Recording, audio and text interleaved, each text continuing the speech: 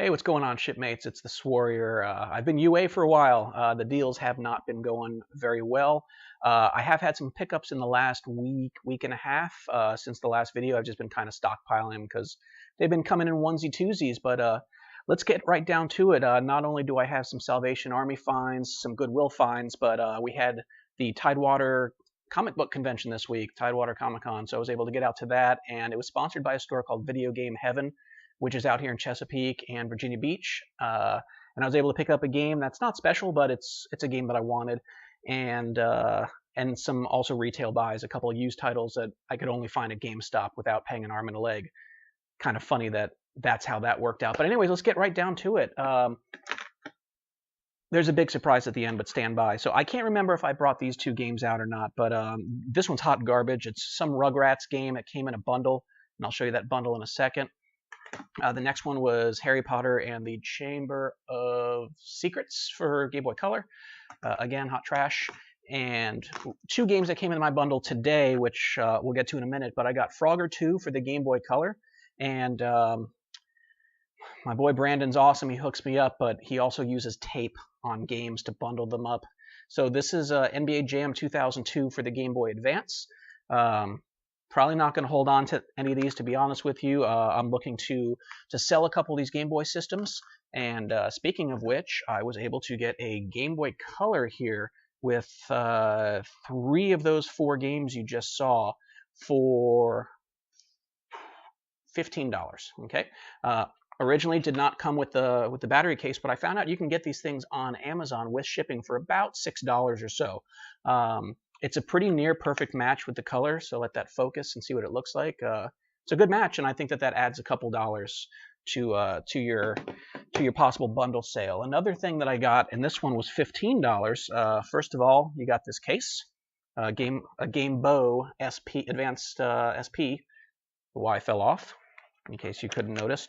And I don't remember if I went over this or not, but here's the Incredibles for the Game Boy Advance. Here is the system. It's in decent shape. It can use a little bit of cleaning up, but I don't think a whole lot's going to make this better. But, you know, turn it on. Ding! And what do we got in here? The game that came with it is Pokemon Pinball. There we go. So that'll add a little value to it. And this is a model GS101. So this does have the backlight. Let's see if that can translate on the camera. Yeah, not really, but it's got the adjustable backlight battery. So this is the good model. And again, this bundle was $15 for the case. I did have to go buy a charger, which was about $7. So that bumped this up to $22. But I have a feeling that if I bundle this with a couple of my shovelware games, I should be able to dump this off. I don't know, with the bundle I come with that I could put together, probably about $40 because that case helps as well. So putting those two games aside, at the Tidewater Comic Con, I was able to pick up Batman Dark Tomorrow for the Nintendo GameCube, and you see it was $5. Do you see? A little blurry. I promise you, it's $5. Anyways, I like Batman. I like Batman games. And we do have Batman coming pretty soon on the current gen system. So I picked that up this weekend. You can see a great price on this. I picked up Velvet Assassin and one other game. So this is the bonus disc that comes with it. The main game disc is sitting in my Xbox 360, and I started it last night. And the other game that I picked up, unfortunately it's in one of their trashy cases, is a game called Wet. Okay, and there is a reason. We'll go ahead and put this in the case itself since it was just in the envelope. The reason why I bought these two games, and there's one thing definitely in common between the two, is that it has women protagonists in it. And I don't want to get too deep into that here because I've already written a piece that needs some fleshing out and some editing. But I'm kind of tired of the controversy of the inclusiveness in games. And we have to have women characters, we have to have minority characters, we have to have human characters, we have to have squid characters. Inclusion's great, but as you'll see in my article and the talk that we have, these are works of fiction. They're completely make-believe. It doesn't matter who the protagonist is. If you want to play as a women character, as you'll see in my video series, there's a ton of great games with women lead characters.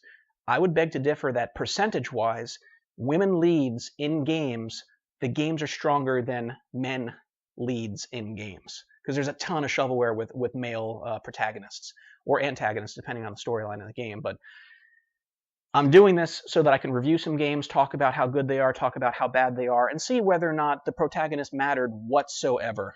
In the first 30 minutes that I played Velvet Assassin, this is a woman character you don't want, okay? It's not a positive portrayal of a woman in a game. But again, I'm getting way ahead of myself. I have to record these videos and then edit my article. So a couple other games I picked up. Those two were from GameStop, as was... Actually, this is from a game in Virginia Beach called Cool Stuff. They have cool stuff. All right. So this is Enslaved. I played and beat this on the PlayStation 3, and there you want to see the price or the name of the place, called Cool Stuff. 757-495-2665. So actually some cool guys in there. Their sales prices are less than GameStop, so that's pretty awesome. And I also like supporting indie stores, as I'm sure most of you guys do. Sometimes you have no choice but to hit the game store that shall not be named. But anyways, beat this on the PS3. I think that this is probably one of the best hidden gems of the entire last generation. So if you haven't played it, I mean, look at the price. It was $3.99, and I'm sure you can get it somewhere cheaper. Definitely worth the play. Guys over at the former Video Game Confidential, now the Better Gaming Bureau, they can let you know. I loved that game. Another one I got at Goodwill was Sonic Heroes for the PS2. And I got this for no other reason than it's Sonic. My son's getting a little bit older, and as soon as his coordination and his skills are there, I think he would love to play some of these Sonic games. And I understand most of these things are trash. Hindsight being 50-50, when you remove your rose-colored glasses, you can quickly recognize Sonic sucked. So this came from Amazon. I picked up The Legend of Zelda, A Link to the Past graphic novel. Very excited to get this one. Kind of an interesting art style. Definitely not any kind of sharp-looking art style compared to the game. So if you see what Link looks like, he looks pretty trashy in that.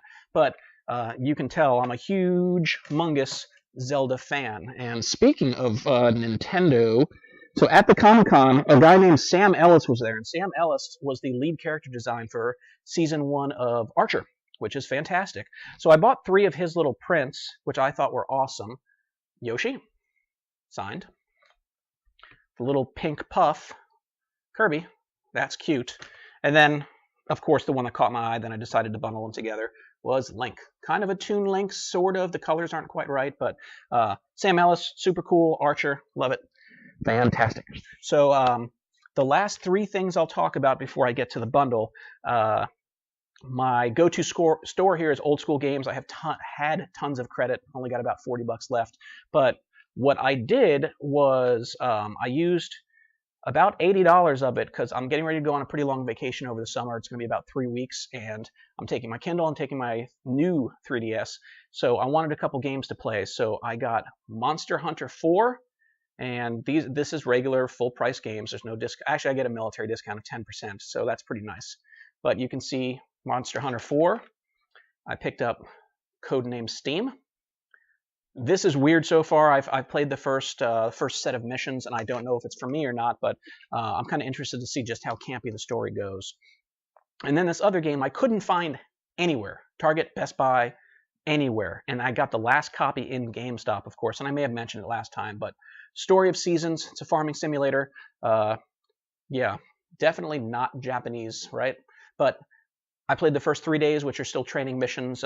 Cutes, whatever. We'll get to that. But the last 3 items I want to show you guys, fantastic, right? So first, let me show you guys the receipt as I cover up the last 4 of my credit card. So here's the price I paid. $11.12. Okay? So what does $11.12 buy you at the Salvation Army? Well, kind of buys you a little bit of a dirty Super NES controller. Probably not going to be able to zoom in enough on that, but it's dirty. It needs some cleaning, and this takes, oh geez, the inside of these screw covers are filthy. It takes, it looks like it takes a Phillips head, so maybe I can open this up and clean it out.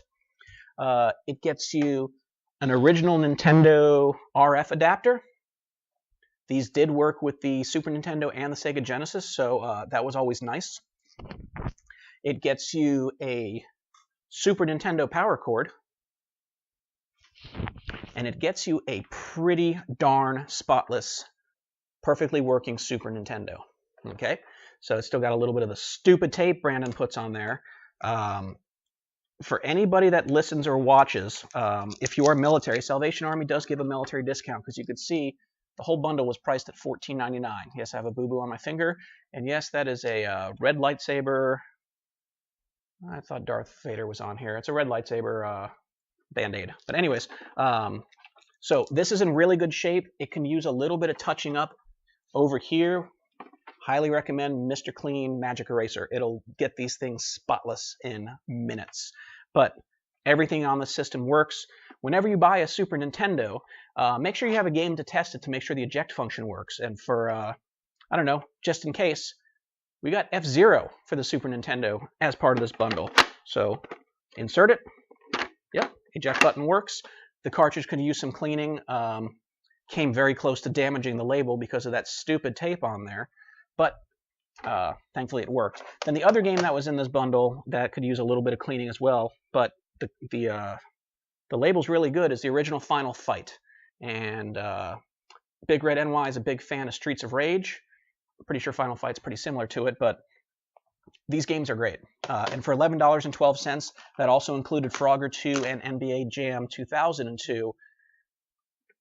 $11.12. I have a Super Nintendo. I need to see if mine is as good a shape as this one is. If it's not, one way or the other, I'm going to flip one of them.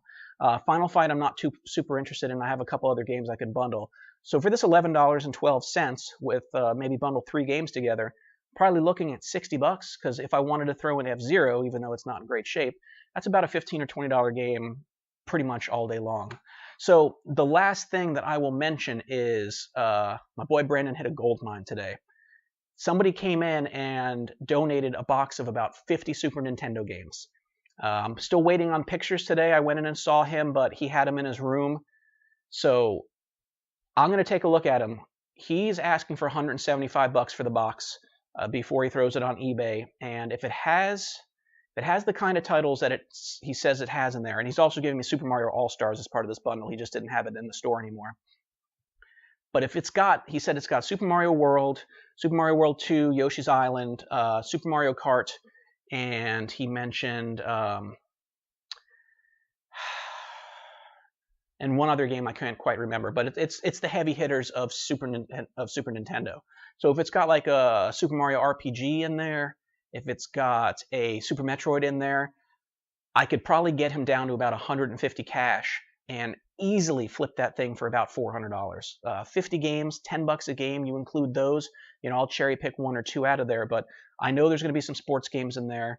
That's fine, I can deal with that. But for the large number of RPGs that are worth tons of money on that system, I think it's definitely worth the investment. And once I see the pictures, I'll kind of bounce it off the guides that I have. Again, I'm collecting. I'm not doing this for sales, but if it's stuff that I'm not interested in and it holds a value, I would rather sell it to somebody for less than what it goes for, so they can enjoy it and have it in their collection. You know, it's case in point, Chrono Cross or Chrono Trigger, whichever one I have on. It's Chrono Cross for the PS1. I'm sure I can get $15-20 for it. I gave it to somebody for $10.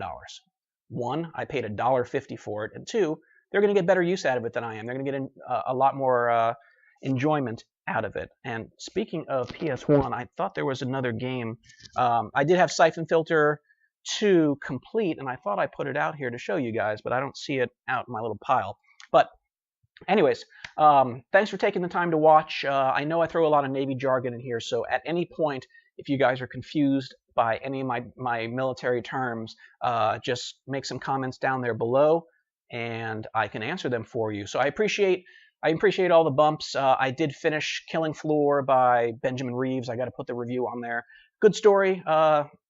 It needs some editing. It's I'm not gonna lie, Ben. I hope I don't hurt your feelings, but there's a lot of typos and grammatical errors, and the book needs a good solid edit. But the story's there. The story's there. And I'm still planning on filming a full review of that book. So look for that in the future. But anyways, shipmates, I'm going to wish you guys fair winds and following seas. enjoy watching, you can follow me at Swocast, at Swarrior, eventually Swarrior.com, and also check out the BGB.com on Twitter.